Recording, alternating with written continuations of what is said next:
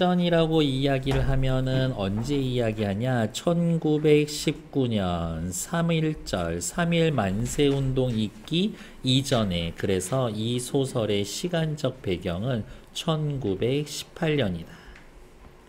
일제에 의해 을사늑약에 의해 나라를 빼앗긴 지 한 9년 정도째 되는 해인 거죠. 이 작품은 1919년 3.1 만세운동 이전에 일제강점기 초기 일제에 의해 고통을 받는 우리 민족의 모습을 비판적 시각에서 사실적으로 묘사하고 있다. 처음에는 묘지라는 제목으로 연재되다가 무엇을 묘지라고 했냐? 조선을 묘지라고 이야기를 합니다. 그리고 그 묘지에서에 살고 있는 조선인들을 죽어서도 무덤에 어떻게 이미 죽어 있는데도 죽은 다음에 어디에 갈지 걱정하고 있는 구덕이라고 표현을 할 거예요. 잡지가 폐간되면서 잠시 중단되었다가 24년 만세전이라는 제목으로 바뀌어서 다시 연재되었습니다. 밑으로 내려가고요. 현대소설이고요. 사실주의 소설이고, 여로영 소설은 어디냐면 일본에서 출발을 해서 부산으로 와서 조선에 돌아왔다가 다시 일본으로 나가는 일종의 여행길의 구성을 지니고 있어서 여로형 소설. 출발지에서 돌아다녀서 다시 출발지로 돌아온다라는 점에서 원점으로 돌아온다. 원점 회귀형 소설이다. 요 용어까지 알아두면 너무 좋지. 사실적이고 현실 비판적. 옆에다가 씁시다. 하지만 이 글의 주인공은 행동하지는 않습니다. 구체적으로 행동하지는 않아. 그게 동경 유학생들이지. 1918년 동경에서 서울로 오가는 여정, 동경 유학생 눈에 비친 조선의 비참한 현실. 유학생인 나는 아내가 위독하다라는 전보를 받고 귀국 준비를 합니다. 나는 신호, 학원 등의 술집, 요거 일본에서 술집을 전전하며 답답한 심정을 드러내죠. 배에 타기 전부터 조선인이라는 이유로 배 타는 게 쉽지가 않아. 막 검열을 하고 그랬거든. 검문을 했거든. 배 안에서도 조선인들을 멸시하는 일본인들의 대화를 듣고 분개해. 돈벌이를 알려줄까? 조선에 들어가서 촌뜨기들 적당히 얼러서 일본으로 일 시켜준다고 데리고 간 다음에 탄광이나 군함도 이런 데로 보내는 거야. 그러면 두 당 얼마씩 떨어지는 거거든. 애들이 미개해서 잘 속아. 이런 대화를 들을 거예요. 배에서. 부산, 김천, 서울 집으로 이동하며 조선이 처한 현실을 관찰하고 울분을 느낍니다. 아내는 죽고 나는 죽은 아내를 위해 눈물을 흘리지 않고, 형이 이야기합니다. 이제 마누라도 죽었으니까 새 장가 들어야지. 그런 무덤에 다시 들어가라고요? 아우 싫어요 형님 하면서 일본으로 다시 돌아간다. 원점 회귀의 여로형 구조를 취하고 있고요. 일제강점기 우리 민족의 현실을 사실적으로 보여줍니다. 빨간색 밑줄. 문제를 인식하지만 해결하고자 하는 의지가 결여된 지식인의 한계가 드러납니다. 밑에 나와 있는 만세는 3.1 만세운동 이야기하는 거고요. 특별한 얘기는 없고 뒤로 넘어가서 본문 천천히 보도록 할게요. 만세전 3.1 운동 직전이라고 되어 있고, 또 까먹기 전에 한 번 더 씁시다. 뭐라고? 괄호 열고 1918년이 소설의 배경입니다.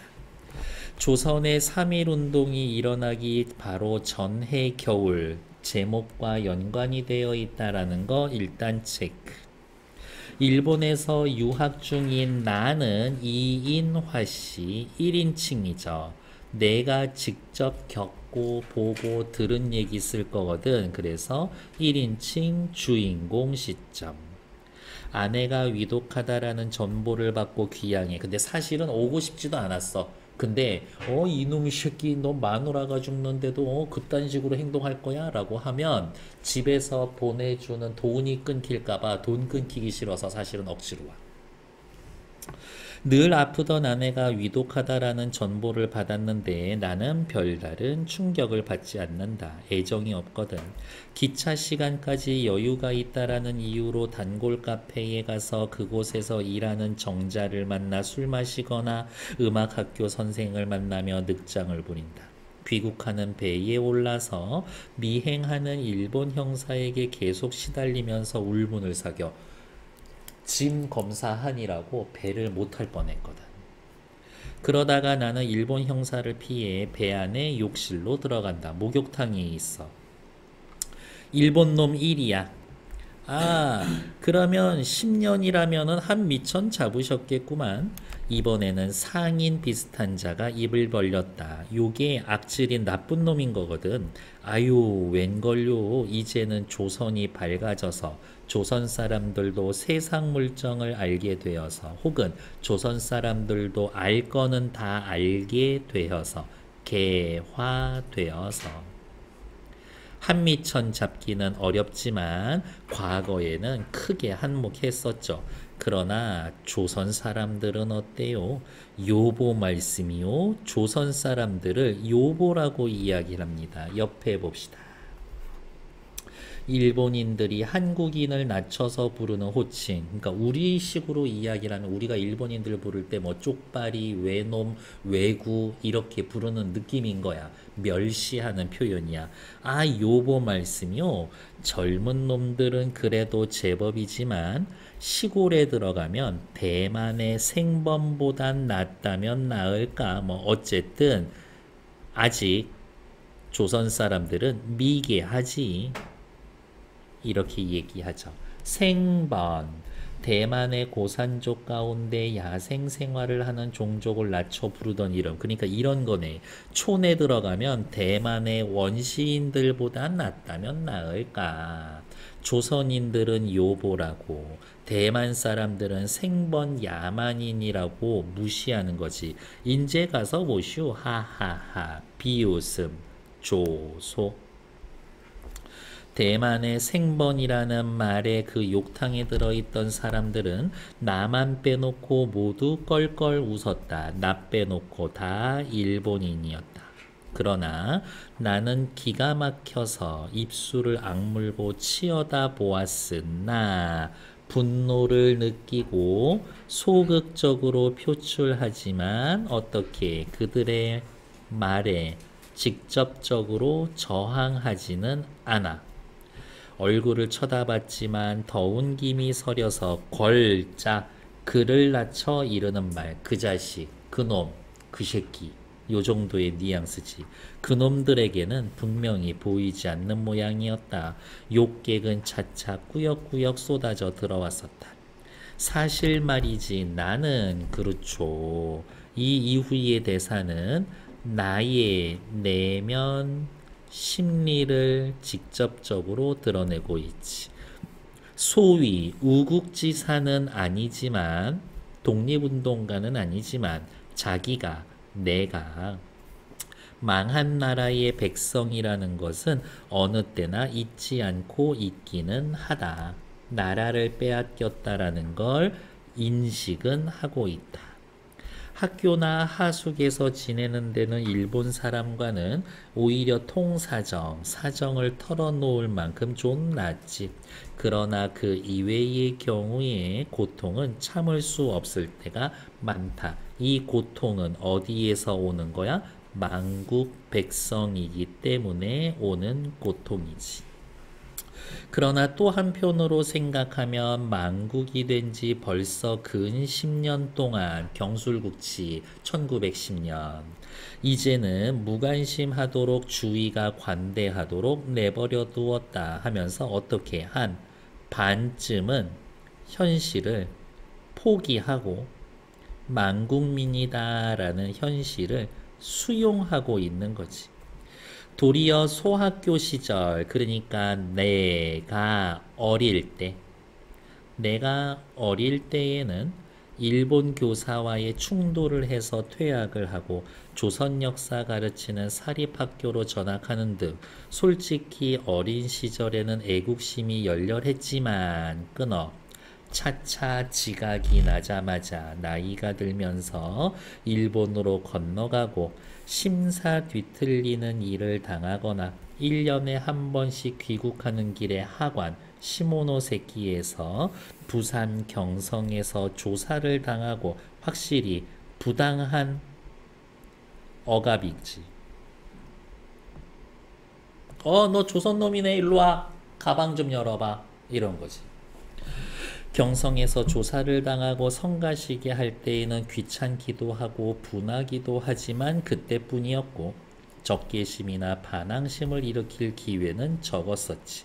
사실 적개심이나 반항심이라는 건 압박과 학대에 정비례하는 것이었었지만 사실 실제로는 그것이 민족적으로 활로를 얻는 유일한 수단이었다. 즉 외놈들이 조선인을 압박하고 학대하면 할수록 적개심과 반항심은 늘어날 거고 그러면 독립을 위한 뭔가 길이 터지지 않을까 이거인 거지.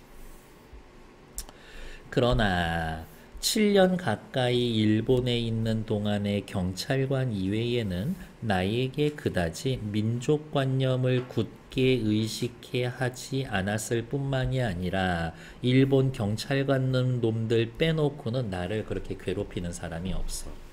원래 정치 문제에 흥미가 없었던 나는 그런 문제로 머리를 썩여본 일이 거의 없었다 해도 좋을 만큼 정신이 마비되었다.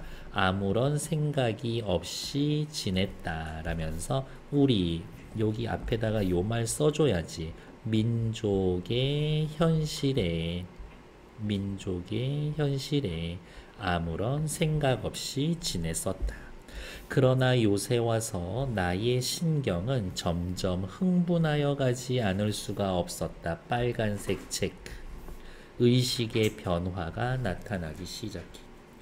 이것을 보면 적개심이라던가 반항심이라는 것은 보통 자동적 이지적이라기보다는 피동적 감정적으로 유발되는 것이다. 외놈들 짜증나 싫은데 당하면 그냥 감정적으로 싫은데 이거지. 다시 말하면 일본 사람들은 지나치는 말 한마디나 그 태도로 말미암아 조선 사람의 억제할 수 없는 반감을 끌어오르게 하는 것이다. 그러면 요거지. 다른 색깔로 구분을 할게요. 어디에다 구분을 할까? 일본 사람들의 지나치는 말 한마디나 태도 때문에 내가 일본에 대해서 반감을 갖는 거지. 앞에서 그것을 찾아보세요 라고 이야기를 하면 이런 거지.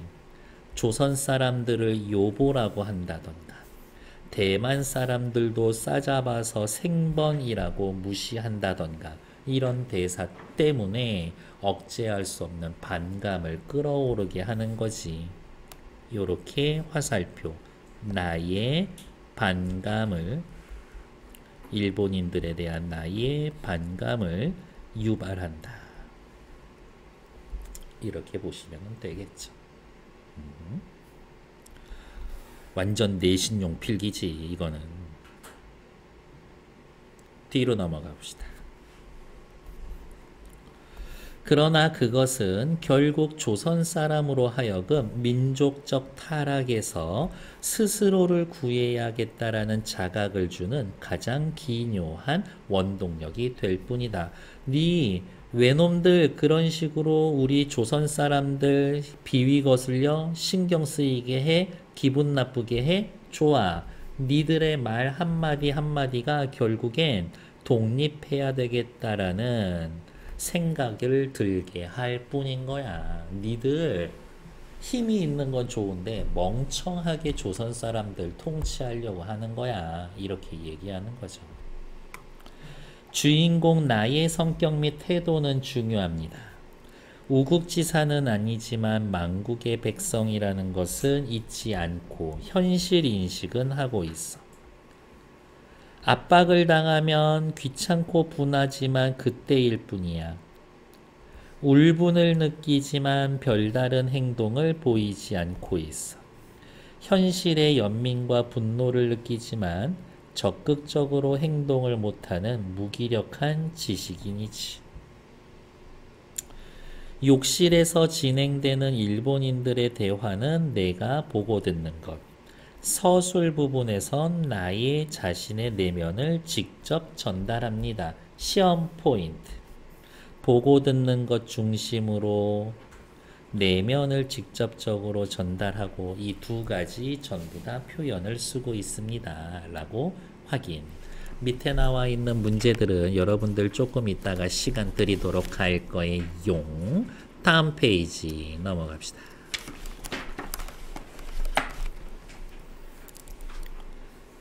지금도 목욕탕 안에서 듣는 말마다 귀에 거슬리지 않는 것은 없지만 그것은 될 수 있으면 많은 사람들이 듣고 오랜 몽유병에서 깨어날 기회를 주었으면 하는 생각을 자아냈을 뿐이다.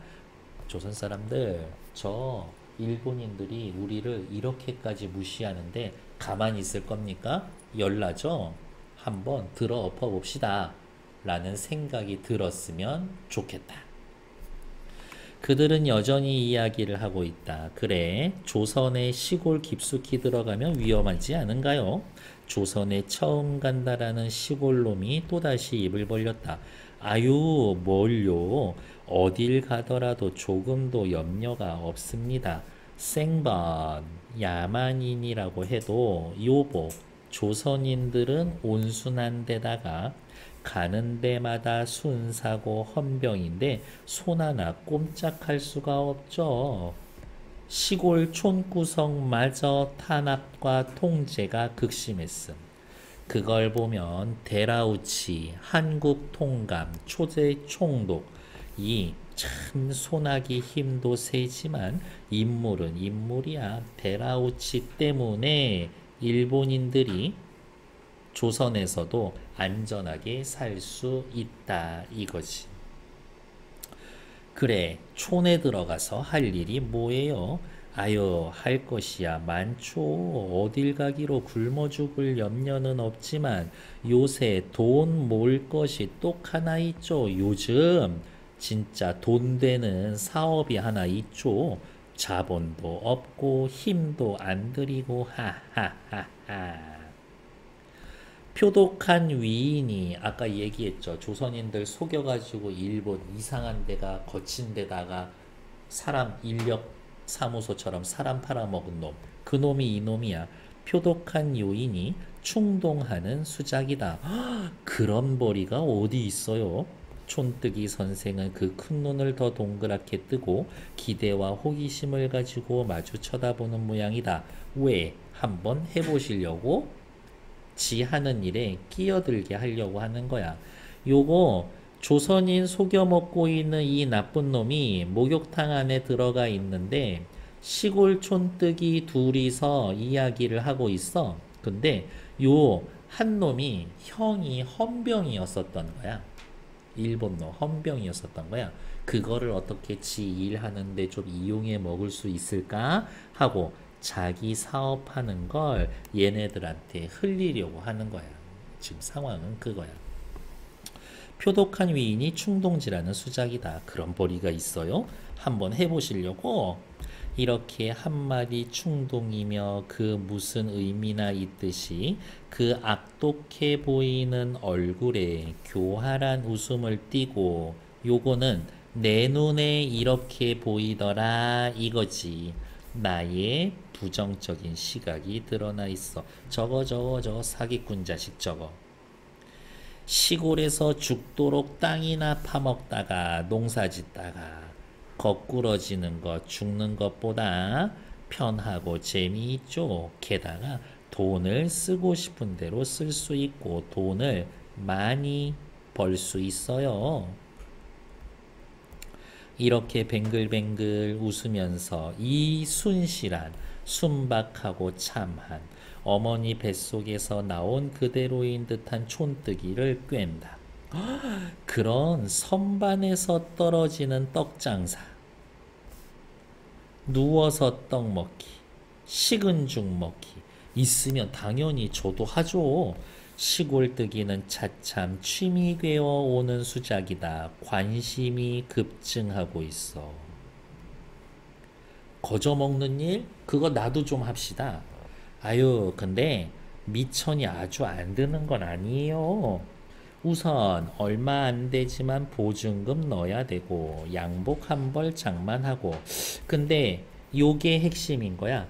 당신이야 형님이 헌병대에 계시니 신분증은 보증금은 없어도 좋겠지. 너는 보증금 안 내도 돼 라고 얘기해 주지만 상대에게 좋은 것 같아도 사실은 니네 형 좀 나한테 소개시켜 주어라 이거야.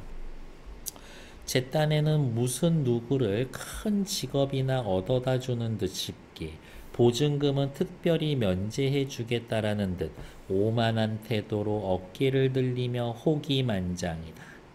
촌뜨기는 양복 신사가 돼야 되는 직업이라는 데에서 속으로 해 하는 기색이다. 나도 양복 입고 일할 수 있어요? 어리숙한 인물인 거지. 사기꾼한테 넘어가는 거야. 그러나 정작 그 직업의 종류가 뭔지는 좀처럼 가르쳐 주지 않는다. 옆에서 엿듣고 있지만 나도 궁금해서 이러한 소리를 듣는 시골 골자 촌뜨기는 더 한층 호기의 눈을 번쩍이며 앉아있다. 그러나 그것을 밝혀서 말하지 않는 것은 그 외에 두세 사람이 들을까 꺼려서 그런 같기도 하고 실제로 무슨 일인지 빡 얘기하지 않는 게 남이 들을까봐 또는 시골 촌뜨기가 더 몸이 달아서 덤벼서 자기의 부하가 되겠다라는 다짐까지 받고서야 이야기하려는 수단 같기도 했다. 너 내가 무슨 일 하는지 듣고 싶어? 그럼 너 내가 시키는 대로 할 거야? 내 밑에 따까리로 들어올 거야? 이런 걸 노리는 걸지도 모르겠다. 그래. 그런 훌륭한 직업이 뭔데? 여기에서의 훌륭한 직업은 뭐예요? 많이 노력하지 않고 큰 돈을 벌 수 있는 그런 일이 어디 있단 말이오? 시골자의 동행인 듯한 사람이 가만히 듣고 있다 욕실에서 시뻘겋게 달아온 몸뚱이를 무거운 듯 끌어대며 물었다. 물속에서 불쑥 일어나 수건을 등 뒤로 넘겨 가로잡고 문질러 한번 목욕탕 속을 휘 돌아보고 다른 사람들이 자기네 이야기에 무심하게 이 구석 저 구석에서 멱을 감는 걸 살펴본 뒤에 안심한 듯이 목소리를 낮춰서 입을 벌린다. 비밀이다 이거지. 실상은 누워서 떡 먹기지. 앞에 똑같은 속담 하나 있었어. 누워서 떡 먹기. 선반에서 떨어지는 떡장사. 똑같은 이야기야. 누워서 떡 먹기. 나도 이번에 가서 세 번째나 되지만 내지 일본 본토의 각 회사와 연결을 해서 요보들 조선인들을 붙들어 오는 건데 일본 회사와 연결해 조선 노동자를 속여서 뽑아오는 거야. 농사 짓는 사람들, 굶어 죽기 직전인 사람들, 일본 가서 돈 법시다. 돈 많이 줍니다. 한 달에 얼마 줍니다. 빚이 있어서 못 떠난다고? 에휴, 내가 갚아드리지. 이자 엄청 세게. 그냥 혼자 가지 마시고 가족들 다 데리고 가시는 게 어때? 내가 집도 마련해 드릴게. 소개해 드릴게. 혼자 가면은 그냥 혀 깨물고 죽기라도 하지. 가족 끌고 가면은 이거 완전 빠져나올 수가 없게 만드는 거야. 이 교활한 새끼들. 조선 쿨이 육체 노동하는 하층의 중국인 인도인 노동자, 그러니까 하층 노동자, 조선 하층 노동자 말씀이요. 농촌의 노동자를 빼오는 거지. 요보들을 붙들어 온다. 농촌 노동자를 빼내오는 거다. 일본 본토로. 탄광 같은데. 그런데 그게 대개는 경상남북도나 그렇지 않으면 함경도, 강원도, 평안도에서 모집해 오는데 그 중에서도 경상남도가 제일 쉽습니다. 왜 그럴까? 일본과 가까워. 일본의 영향력이 크겠지, 그만큼.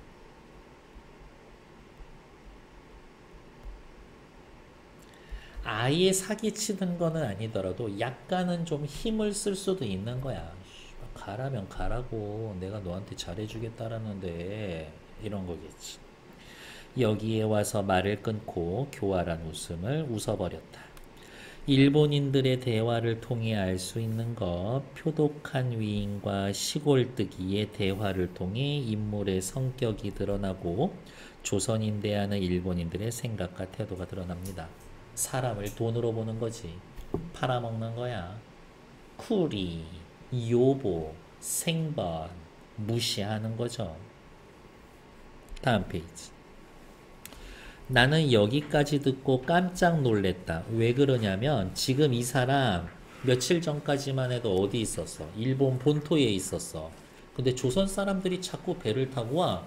저 사람들 어디 가는 거예요? 하면 어디에 가서 일한대. 그런 생지옥 같은 데에 일한다고 배 타고 넘어온다고? 저 사람들 왜 그러지? 의아해 했거든. 알고 봤더니 이런 놈들한테 조선 사람들이 속아서 넘어오는 거였었던 거야. 나는 깜짝 놀랐다.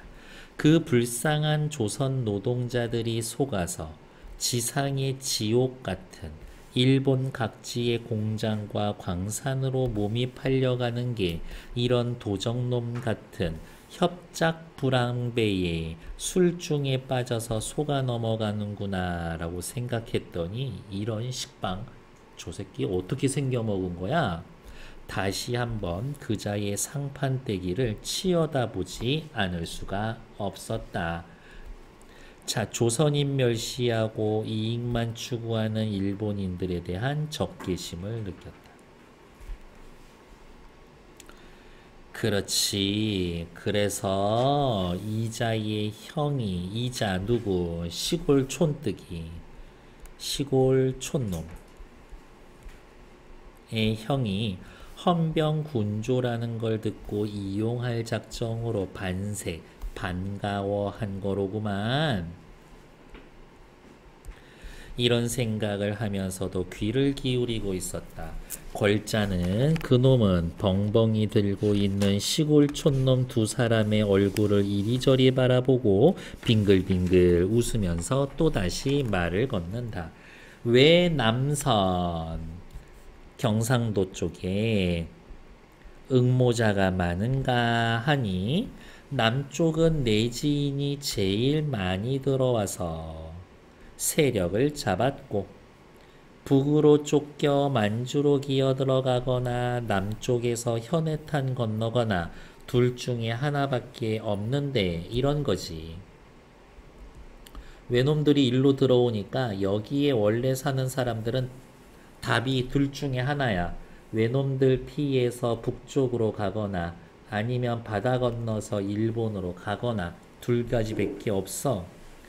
누구나 그늘보다 양지가 좋으니까 그늘보다 양지가 좋으니까 조선 사람들 생각에는 1년 12달 죽도록 농사 지어야 줄임배를 채우기는 고사하고 보릿고개에도 시래기 죽으로 부중이 나서 되질 바에야 번화한 동경 대판에 가서 흥청망청 살아보겠다라는 생각이거든. 그러니 시골의 젊은 애들은 말할 것도 없고 계집 애들까지 나도 하고 나서거든. 뭐 모집이야 쉽지. 허허 그렇구만. 아직 북쪽 지방은 우리 내지인이 덜 들어가기 때문에 경상도에 비해 비교적 편하게 사니까 응모자가 적지만 그것도 미구불원에 머지않아 쪽박차고 나설 거라. 허허허. 즉 외놈들이 조선 북쪽으로까지 영향력을 펼칠 거다. 이자는 자기 설명에 만족한 듯 대단히 득의 만면 에헴 하고 있다.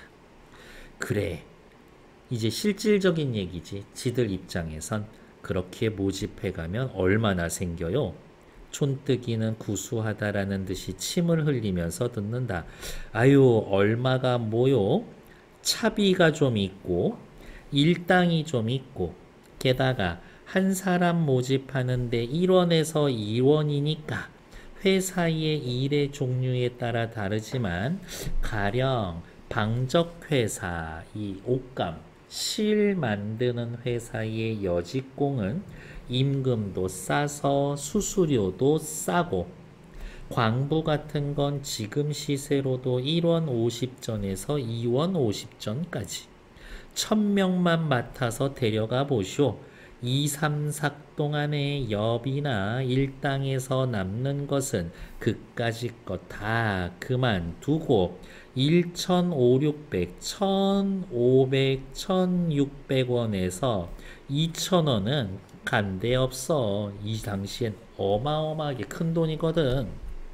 그런 벌이가 이 판에 어디 있어? 즉 무슨 말이야? 한 달 반 정도만 고생하면 2,000원 떨어진다는 얘기야. 이렇게. 나도 맨 처음엔 제주도에서 모집해서 갔는데 그때에는 500명하고 실제 이익은 1,000원. 올 가을에 800명을 북해도 종미탄광에 보내고 2,000원 돈이 들었지. 이 이야기. 엄청난 돈을 벌고 있는 거야. 옆에 내가 깜짝 놀란 이유는 조선 사람들이 저놈들 때문이구만. 조선 노동자들의 참혹하고 비참한 현실을 알게 되어서.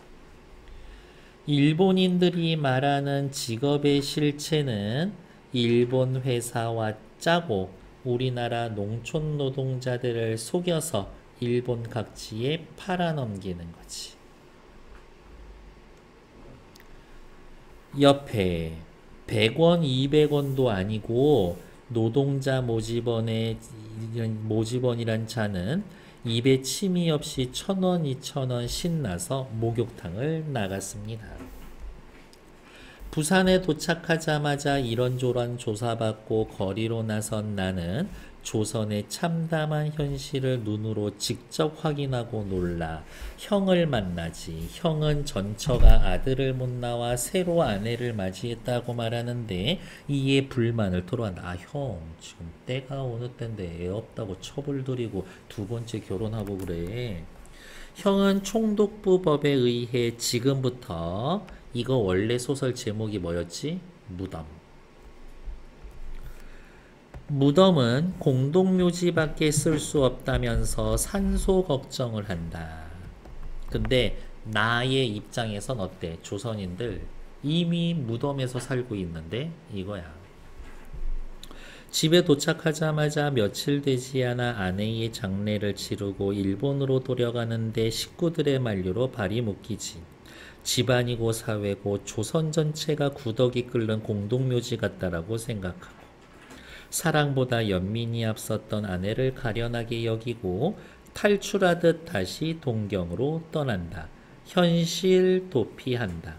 소극적이고 무책임한 당시 지식인. 조선 사람들의 무기력하고 무관심한 태도에 조선을 무덤이라고 비유했습니다. 나의 시각으로 본 조선의 문제점은 뭡니까? 새 아내 드리는 것, 아들을 위해서 새 아내 맞이하는 것. 만나는 사람마다 공동묘지에 대해 이야기하는 거. 아우 나 죽으면 공동묘지 가기 싫은데 이 무슨 소리 하고 있는 거야? 이미 죽어 있는 주제에. 죽어서 무덤 살고 있으면서 또 무덤 갈 걱정한다 이거지.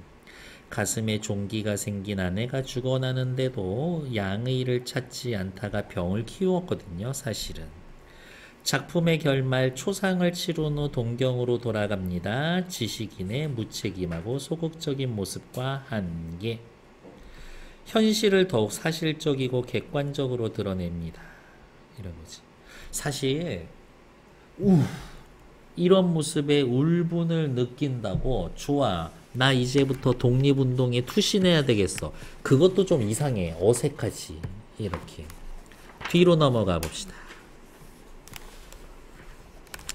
만세전을 감상하고 다음 활동을 해볼게요. 당시 일본인들은 조선인들을 엄청 무시했죠. 요보라고 부르면서. 온순해. 탄압하면 꼼짝 못해. 팔아서 돈 버는 돈 수단이야. 저거 다 돈이야. 이런 거지. 이 당시에 일본 놈들이 우리 봤으면 1원 아 탄광 얘네 보낼 거니까 2원 사람이 돈으로 보였을걸? 이게 진짜 있었던 일이니까 진짜 친일파 놈들은 정말 태워 죽여야 돼. 그것들은 절대 용서하면 안 돼. 조선에 대한 나의 현실인식 변화를 다음과 같이 정리해보면 일본인들의 대화를 듣고 적개심과 분노를 느끼고 참담한 현실과 고통받은 현실을 인식합니다. 조선 노동자들이 어떤 과정을 거쳐 일본 각지로 갔는지는 알았을 거고요. 밑에 경향신문 1995년 일제강점기 일본 고베전철 건설을 위해 일본 전철업자는 값싼 노동력 조선인 1,500명을 뽑아오기로 하고 경상도에 모집책을 보낸다. 도청, 군청의 협조를 받아 일본에 가면 똑같은 임금을 주고 고급 대우해주겠다. 농민들을 유혹. 그런데 도착하면 어때? 이게 진짜 악질인 새끼들이야. 필요한 건 1,500명이야. 그런데 한 4,000명을 데리고 와. 그리고 걔네들한테 얘기해. 우리는 1,500명 밖에 필요가 없는데 원래 일본인들은 일당으로 한 5원씩 주는데 넌 얼마에 일할래? 그러면 어때? 값을 깎을 수밖에 없어. 그나마 벌어야 되는 거니까. 두세 배 많은 조선인을 데려와 일부만 쓰는 수법으로 노동자의 목줄을 조르고 임금 역시 절반밖에 안 줘. 그것마저 떼먹어. 월급 달라고 하면 싸늘한 시체로 변해버리는 일도 흔했습니다. 당대 현실을 어떻게 반영해요? 미친 듯이 사실적으로 묘사해 주는 거지. 이거 다 사실인 거야. 뒷페이지. 이 작품은 사실주의 소설의 대표작입니다. 다음 글을 읽고 밑줄 친 부분에 유의해 봅시다. 사실주의 소설은 당대 현실의 객관적인 재현을 추구합니다. 시대 상황을 대변하는 인물이 나타나고요. 문제 해결의 사건을 엮어나가고 현실을 총체적으로 묘사하고 전체적으로도 보여주고 세부적으로도 충실하게 묘사해 줍니다. 일단 나는 사회 현실에 무관심한 전형적 지식인 나가 주인공. 이런저러한 일본인들의 대화를 통해 조선인을 착취하는 모습 구체적으로 묘사해 주죠. 이러한 사실적 묘사는 비극적 현실을 드러내고 각성하는 계기를 마련해 줍니다.